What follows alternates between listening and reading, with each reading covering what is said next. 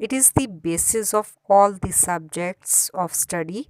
which fall under the category of humanities and social sciences.